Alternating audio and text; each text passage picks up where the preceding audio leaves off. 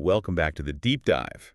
Today, we are not just looking at a business book. We are looking at the business book. I think that's fair to say. We're tackling a monster, and I mean that in the absolute best possible way.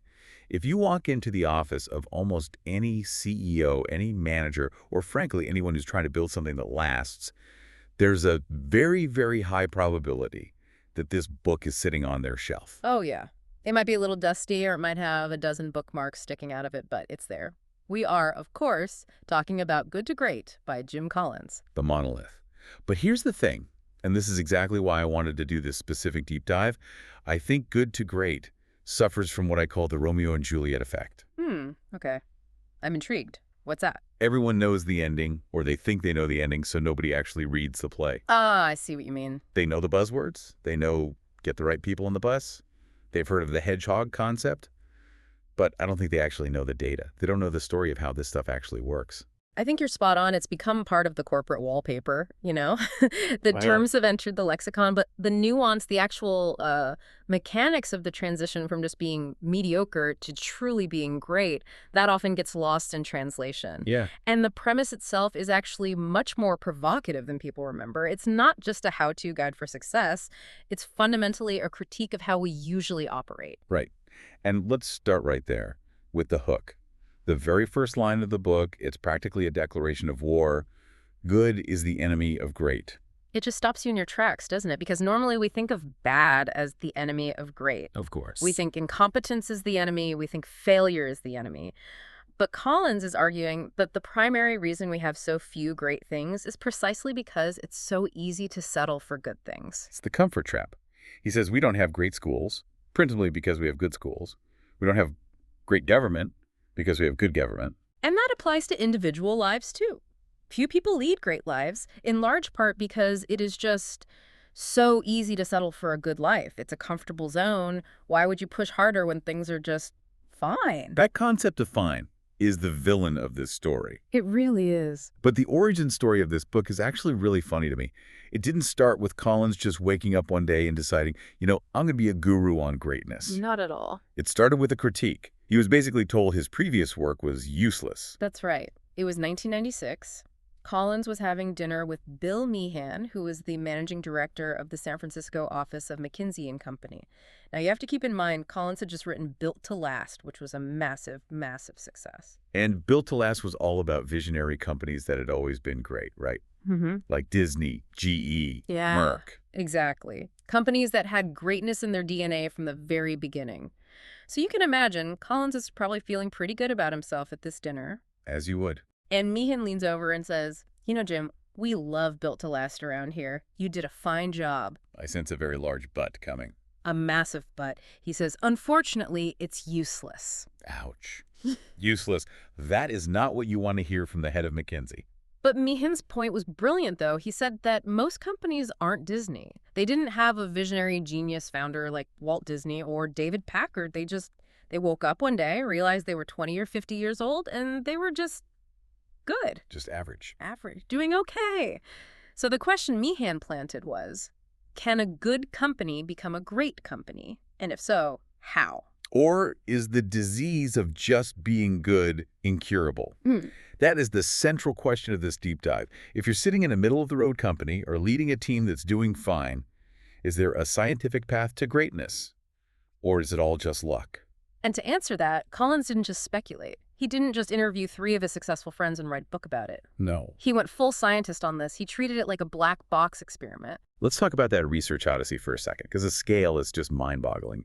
They didn't just, Google a few things. No, this was a 5-year research project, a huge team. They looked at every company that appeared on the Fortune 500 list between 1965 and 1995. And the data points are ridiculous. I mean, they read nearly 6,000 articles. They generated more than 2,000 pages of interview transcripts. They crunched 384 million bytes of computer data. Which, you have to remember, in the late 90s was a serious amount of data. Oh yeah, that's a mountain of information. But the most important part, and this is what gives the book its real authority, is the selection process. They had to define great very, very specifically. It wasn't just companies we like. Right. They were looking for a specific pattern. Can you walk us through that? Sure, so they were looking for a transition. A company had to have 15 years of cumulative stock returns at or below the general market. So basically 15 years of being completely average or, good. Okay, so a long, sustained period of mediocrity. Followed by a distinct transition point, a clear break. And after that transition, they had to have cumulative returns of at least 3 times the market for the next 15 years. And why 15 years? Why not just 5 or something shorter? To rule out luck, I mean, you can't be lucky for 15 straight years. It also exceeds the average tenure of most CEOs, which helps you separate a great company from just a single celebrity leader who had one good run. Right. If you look at a 5-year timeline, you might just be seeing a hype cycle or a lucky product launch. Yeah. But 15 years of 3x market returns, that's structural greatness. It is. So out of that entire Fortune 500 list, thousands of companies over decades, how many actually made the cut? 11. Just 11. It's just 11. And the list is surprising. It's not the companies you'd expect at all. You have Fannie Mae, Walgreens, Kimberly-Clark, Wells Fargo, Kroger, Pitney Bowes. These aren't necessarily the sexy tech startups of the era. No, it's a pretty dowdy group, honestly. But that's kind of the point, isn't it? Greatness can happen anywhere, even in a paper mill or a grocery chain. Exactly. And the Yeah. methodology went one step further, which I think is just brilliant. They didn't just study the winners. Right. If you want to know what makes a gold medalist, you can't just study gold medalists. If you do, you'll find that they all have coaches, they all eat breakfast, and they all wear shoes. But so do the people who come in last place. Precisely. So you have to study the difference. They paired each good to great company with a direct comparison company. Same industry, same resources, same era, but one made the leap and the other one didn't. So, for example, they compared Kroger, which became great, to ANP, which basically declined into nothing. Right. Or Walgreens to Eckerd. They treated the companies like a black box. You have 2 boxes, one becomes great, one doesn't. What's different on the inside? And they also looked for what they called the dogs that did not bark. I love the Sherlock Holmes reference, the clues that were surprising because they weren't there. Yeah, they found that many things we assume drive success actually had 0 correlation. For instance, executive compensation. There was no pattern linking the structure of executive pay to the process of going from good to great. None. That's wild. You'd think the companies paying these massive performance-based bonuses would do better. Not according to the data. Also, strategy per se didn't separate the winners. What do you mean? Well, both groups had strategies. Both groups had, strategic plans. The difference wasn't in having a strategy. And here's a big one. Mergers and acquisitions played virtually no role in igniting the transformation. You can't just buy your way to greatness. And maybe the biggest shocker of all, celebrity CEOs were negatively correlated with taking a company from good to great. Negatively, it was worse to have one. Which leads us perfectly into the first major finding of the book, Phase 1. Disciplined people. Okay, let's unpack this, because I think we all have this, movie star image of what a great CEO looks Oh, like. for sure. They ride in on a white horse, they give a charismatic speech, or on the cover of Forbes and Fortune. They are larger than life. And the data says wrong. The research team wasn't even looking for leadership as a factor initially, but the data was so overwhelming they couldn't ignore it. They found a very specific type of leader at the helm of every single one of these 11 companies during the transition. They called them level 5 leaders. Level 5. So what defines a level 5 leader? How's that different from, say, a level 4? So a level 4 leader is what we typically see, an effective leader who catalyzes commitment to a clear and compelling vision. They're good.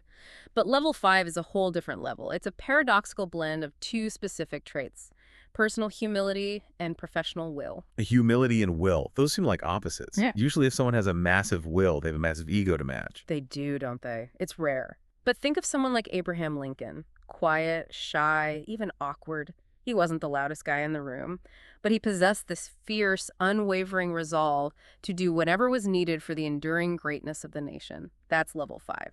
So compare that to the leaders at the comparison companies, the ones who didn't make the leap. The comparison companies often had those level 4 leaders. These are the effective leaders, but they often had gargantuan personal egos. They were the celebrities, the Lee Iacocca types, if you will. The ones on the magazine covers? The ones on the covers. And the study found this really interesting behavioral pattern they called the window and the mirror. Oh, I love this analogy. This is one of the stickiest parts of the book for me. Break it down. So level 5 leaders, the great ones, When things go well, they look out the window to attribute success. They credit the team, they credit good luck, they credit external factors, they point away from themselves, they say, we had a great market, or the team just executed perfectly. Okay. But when things go wrong, They look in the mirror, they take full responsibility for poor results.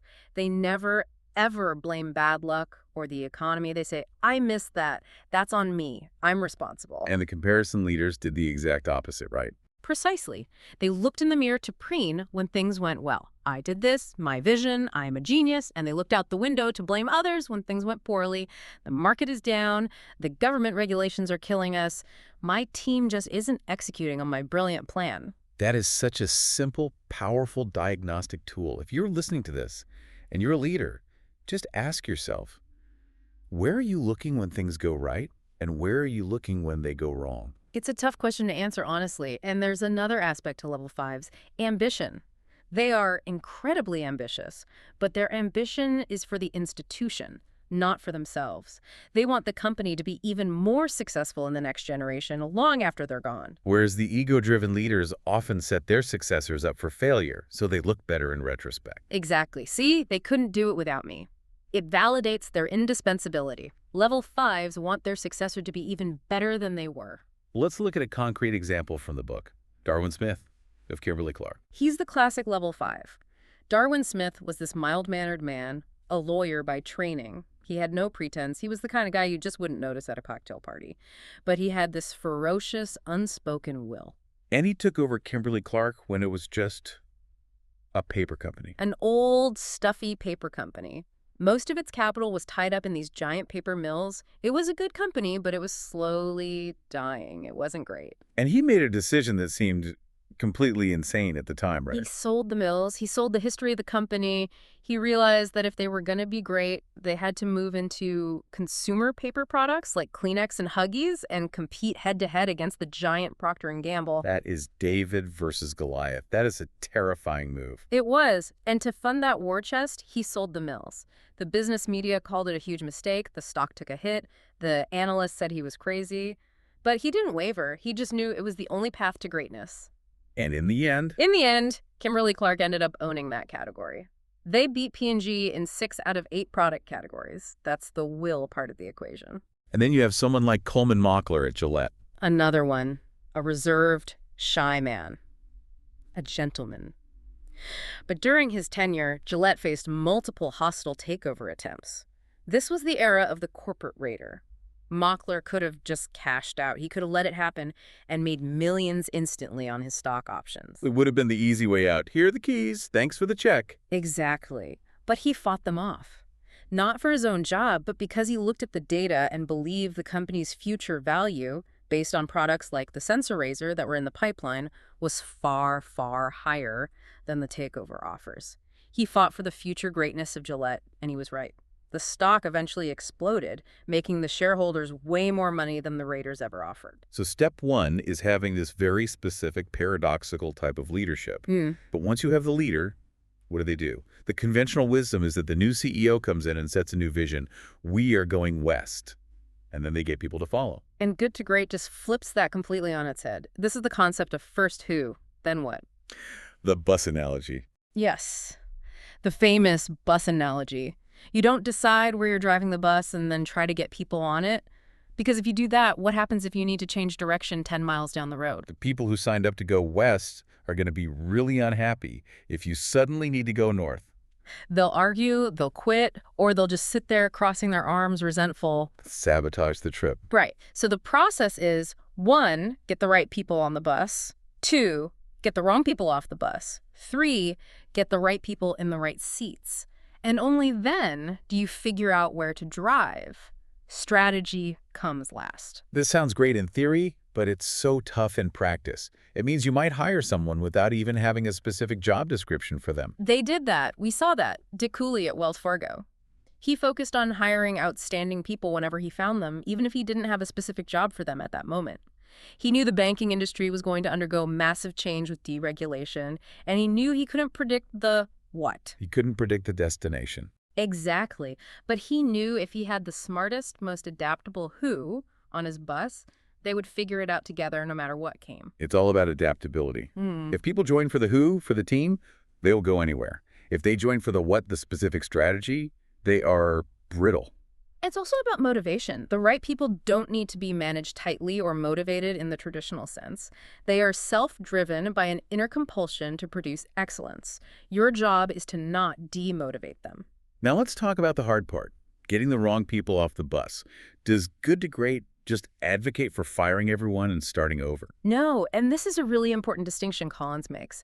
Rigorous, not ruthless. This is the difference. Ruthless is hacking and slashing. It's mass layoffs to balance the books for a quarter. It's firing people without cause just to make a number. The comparison companies did that a lot. Rigorous means being incredibly consistent with your standards. It means if you spot a hiring mistake, you act. You don't let someone languish in a role they aren't suited for. That's not fair to them, and it's not fair to the rest of the team. There's a great phrase in the book about this. The only way to deliver to the people who are achieving is to not burden them with the people who are not achieving. That's it. High performers hate working with low performers. It just drags them down. And being rigorous also means you don't hire until you find the right person, even if it hurts. You mean leaving a position open? Yes.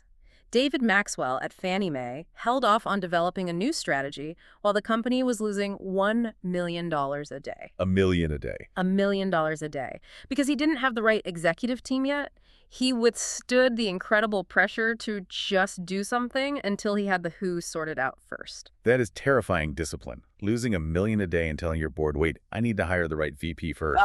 But it worked. The comparison model is what Collins calls the genius with 1,000 helpers. You have one genius leader who sets the vision and then hires a bunch of helpers to execute. When the genius leaves, the company falls apart. Because the helpers can't think for themselves. Right. Good to great companies build a team of people who can argue with the leader and solve problems themselves. They don't need a genius at the top. Okay, so we've got the disciplined people, level 5 leaders, and the right people on the bus. That feels like the foundation. Now we move to phase 2, disciplined thought. This is where things get really interesting psychologically. The first part of disciplined thought is confront the brutal facts, yet never lose faith. And this brings us to the Stockdale paradox. I think this is one of the most powerful, sticky ideas from the book.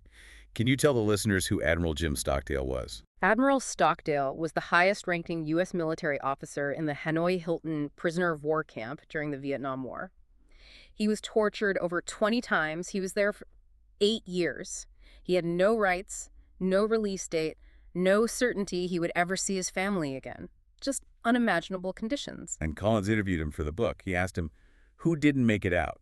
Who died in the camps? And Stockdale's answer was immediate. The optimists. That just stops you in your tracks. Yeah. Usually we think optimism is the key to survival. Just stay positive. Right. It seems so counterintuitive. But Stockdale explained. The optimists were the ones who said, we're going to be out by Christmas, and Christmas would come and Christmas would go. Then they'd say, we're going to be out by Easter, and Easter would come and Easter would go. And then Thanksgiving. And then Thanksgiving, and then it would be Christmas again. And they died of a broken heart. They just couldn't handle the crushing of their specific expectations over and over. So what was Stockdale's mindset? He practiced a specific mental discipline. He held two seemingly contradictory beliefs in his mind at the same time. This is the paradox. 1, you must retain absolute faith that you will prevail in the end, regardless of the difficulties. You never doubt you will get out. But 2, you must confront the most brutal facts of your current reality, whatever they might be. So, I will get out someday, but I'm not getting out by Christmas. Deal with it. Exactly. In a business context, this means you cannot lie to yourself about the market or your competitors or your own product failures. You have to look the unvarnished truth right in the face. There's a great comparison here between Kroger and A&P again. Both were old grocery chains. The world was changing. The old grocery store model was dying, and the superstore model was coming. And A&P tried to ignore it. They were in denial. They wanted the world to stay the way it was. They were the optimists in the bad sense of the word. They tried to innovate within the old dying model. They didn't confront the brutal fact that customers wanted superstores. And Kroger confronted the brutal fact. They looked at the data and said, the old model is dead. It's over. So they systematically changed their entire system, turning over the company store by store, even though it was painful and expensive. They accepted the brutal reality, but they never lost faith that they would win in the new reality. So how does a leader create a culture where these brutal facts can actually be heard. Because usually people are terrified to tell the boss the bad news. Yeah, the truth doesn't just show up on its own. Collins offers 4 practices. First, lead with questions, not answers. Don't come into the meeting saying, here is what we are doing. Ask, why is this happening? What does the data say? What are we missing? Second, engage in dialogue and debate, not coercion. Right. It should be a loud, messy search for the truth. People should be arguing, but about the facts, not personalities. Third, conduct autopsies without blame. This one is key. If a project fails, you need to know why so you don't repeat the mistake. If you use it just to find someone to fire, people will hide the truth next time, every time. And fourth, build red flag mechanisms. Systems that force you to pay attention to data you might otherwise ignore. The interesting thing about this section is the discussion on motivation. Collins argues you don't actually need to spend a lot of energy motivating people. If you have the right people, going back to the WHO first principle, they are self-motivated. You don't need to cheerlead. The number one way to kill their motivation is to ignore reality. Nothing demoralizes a high performer faster than seeing leadership ignore a blatant problem that everyone else sees.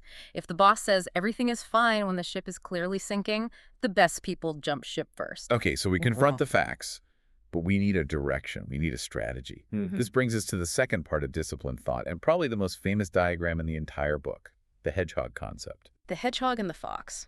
It's based on an essay by Isaiah Berlin. The fox knows many things. He's scattered, complex. He sees the world in all its nuance. The hedgehog knows one big thing. He simplifies the world into a single organizing principle. Right, the fox devises a million complex strategies to catch the hedgehog every day. Yeah. But every single day, the hedgehog just does one thing. It rolls into a spiky ball, and the hedgehog always wins. In business, the foxes are the comparison companies. They are scattered, they try to do everything, they jump from strategy to strategy, always chasing the next shiny object. The hedgehogs simplify everything into a single, powerful, organizing idea. But it's not just any simple idea. You can't just say, we're going to be the best at winter. It has to be the intersection of 3 specific circles. The 3 circles. This is the holy grail of the book. It's the mechanism for finding that simple idea. To have a true hedgehog concept, your strategy must be at the intersection of these 3 things. 1, what you can be the best in the world at. 2, what drives your economic engine. And 3, what you are deeply passionate about. Let's drill into these because this is so critical. Circle 1, best in the world. Right. That is a very, very high bar. It is. And the distinction is crucial. It's not what you are good at. It's not even your core competence. It's what you can, with evidence, become the absolute best at. And this is the curse of competence. Exactly. Yeah. Just because you are good at something doesn't mean you can be the best. In fact, what you're good at can be a trap that keeps you from being great. You have to be willing to drop things you are merely good at to focus on the one thing you can truly dominate. Could you give an example of that? Yeah, Upjohn versus Abbott Labs. Upjohn was a comparison company. They stuck to their core pharmaceutical business even though they were consistently falling behind the giants like Merck. They were competent, but they couldn't be the best. Okay. Abbott, a good to great company, looked at the brutal reality and realized they couldn't be the best in the world at pharmaceutical R&D either. So they shifted focus to hospital nutrition and diagnostics, areas where they could be the best. They were brutal about finding their true potential and letting go of the rest. So that's the first circle. What about circle 2? Economic engine. This is about finding the single denominator, profit per X. This gets a little technical, but it's fascinating. Great companies discover the one metric that has the biggest impact on their economics. For Walgreens, they made a profound shift from thinking about profit per store to profit per customer visit. What's the practical difference there? Well, if you focus on profit per store, you try to build fewer, cheaper stores. You worry about one store cannibalizing sales from another one nearby. But if you focus on profit per visit, you realize that convenience is everything. So you put a store in every corner. You put them right across the street from each other. Because if you increase the frequency of visits by being the most convenient possible option, the economics just explode. That subtle shift in the denominator changed their entire real estate and business strategy. Okay, and circle 3, passion. This isn't something you can manufacture. You can't just hold a meeting and tell your employees, okay, everyone, be passionate about widgets. You have to discover what you and your people are already passionate about. Fannie Mae was passionate about the idea of democratizing home ownership. It wasn't just a business for them. It was a mission. So when you find the intersection of those three, what you can be the best in the world at, your economic engine and your passion, that is your hedgehog concept. Yeah. And once you have that, everything simplifies. It becomes your filter. All your decisions become easier. Does this new opportunity fit our hedgehog concept? If yes, you do it with everything you have. If no, you don't. It saves you from that fox behavior of chasing every shiny object that comes along. Which brings us perfectly to phase 3, disciplined action, and the shiniest object of them all, technology. Oh, technology. This section is more relevant today than it was when the book was written. No kidding. The book was written right at the height of the dot-com bubble. Everyone was freaking out about the internet. If we don't go online today, we're dead. And the comparison companies reacted exactly like that. They operated out of a fear of being left behind. They viewed technology as a savior or a silver bullet. They thought, if we just buy this new tech, it will fix our broken culture or our bad strategy. But the good to great companies took a completely different approach. A disciplined approach. They viewed technology as an accelerator of momentum, not a creator of it. This is the key distinction. They didn't adopt technology to find a strategy. They already had a strategy, their hedgehog concept, and then they looked for specific technologies to make it go faster. The Walgreens example is perfect here again. Yes. While all the dot-coms were screaming about online drugstores and spending billions on Super Bowl ads, Walgreens didn't panic. They asked, how does the internet fit our hedgehog concept of convenience? And they eventually rolled out a massive satellite system that linked all of their stores into one network. So I could fill a prescription in Florida and then easily refill it in Arizona. Exactly. It reinforced their convenience hedgehog. It made them function like one giant national corner pharmacy. They used tech to accelerate their existing advantage. They didn't just launch a website because everyone else was doing it. And the study found that across the board, technology by itself was never the primary cause of the transition from good to great. Correct. When they interviewed the good to great executives, many of them didn't even mention technology as a top 5 factor. It was just a tool. It's like a turbocharger on a car. If the engine is broken, the turbocharger won't help you. If the engine is great, the turbocharger can help you win the race. Okay, so we have the disciplined people, the disciplined thought, and now disciplined action with technology. Now we need to talk about how this all moves. The flywheel. The flywheel and the doom loop. This is the overarching metaphor for the whole book. It ties everything together. Can you visualize this for the listener? Absolutely. Imagine a massive heavy metal disc, maybe 5,000 pounds, mounted horizontally on an axle. And your job is to get it to spin. You put your shoulder to it and you push. And it takes this tremendous effort just to move it a single inch. I'm getting tired just thinking about it. It's a grind. You keep pushing, and finally it makes one full, slow turn. You keep pushing, it goes a little faster, turn 2, turn 3. It feels like nothing significant is happening for a long, long time. Right. But eventually, momentum kicks in. The weight of the wheel starts working for you. You're pushing just as hard, but now it's going 10 times faster, then 100 times faster, and then whoosh, breakthrough, the flywheel is spinning under its own power. The big insight here is that to the outside world, that breakthrough looks like an overnight success. Suddenly, Walgreens is everywhere. Mm-hmm. But to the people on the inside, It felt like a slow, gradual buildup. There was no miracle moment. There was no single killer innovation, no one lucky break. It was just consistent pushing in one direction, day after day, aligned with the hedgehog concept. it's the chicken and egg analogy he uses. Right. An egg cracks and a chick jumps out. To the observer, it's this sudden, dramatic event. Look, a chicken just appeared out of nowhere. But to the chicken, it was weeks and weeks of slow, incremental development inside the shell. Greatness is a cumulative process, not an event. Now, contrast that with the doom loop. This is what the comparison companies did. The doom loop is painful to watch, and I think a lot of people listening have probably experienced it. It's the pattern of the comparison companies. Frequent launches of new programs, management hoopla, radical restructuring. They try to skip the buildup. They try to jump straight to breakthrough. Exactly. They see the flywheel spinning over at the great company and think, we need to spin that fast now. So they push the wheel hard in one direction for a little while. Then a new CEO comes in and says, no, that's the wrong direction. Push the other way. And changing direction constantly stops all the momentum. You stop the flywheel. And you spend all your energy stopping and restarting. You never get any momentum. Misguided acquisitions play a huge role here too. A massive role. Comparison companies bought other companies to create growth or to create greatness. If we just buy this big revenue stream, we'll be great. Good to great companies used acquisitions after the flywheel was already spinning fast to accelerate it even more. Can you give an example of a doom loop company? Warner Lambert is a classic doom loop case from the book. They lurched back and forth between consumer goods and pharmaceuticals. They bought things, sold things, restructured constantly. They never built any sustained momentum. Contrast that with Nucor. Nucor built momentum over decades, moving from a near-bankrupt nuclear energy company to become the #1 steel company in America. Push by push by push. It sounds like the doom loop actually takes more energy than the flywheel. It does. That's the paradox of effort that Collins talks about. It takes so much more energy to manage mediocrity and the doom loop, the constant crisis mode, the constant pivoting, the reorganizations, than it does to just keep pushing the flywheel once that momentum builds. Greatness is actually energetically more efficient in the long run. So we've covered the main framework. Disciplined people, disciplined thought, disciplined action, all creating the flywheel effect. But there's a connection here to Collins's previous book, Built to Last. How do these two fit together? Collins views Good to Great as the prequel to Built to Last. Which is interesting because he wrote them out of order. Right.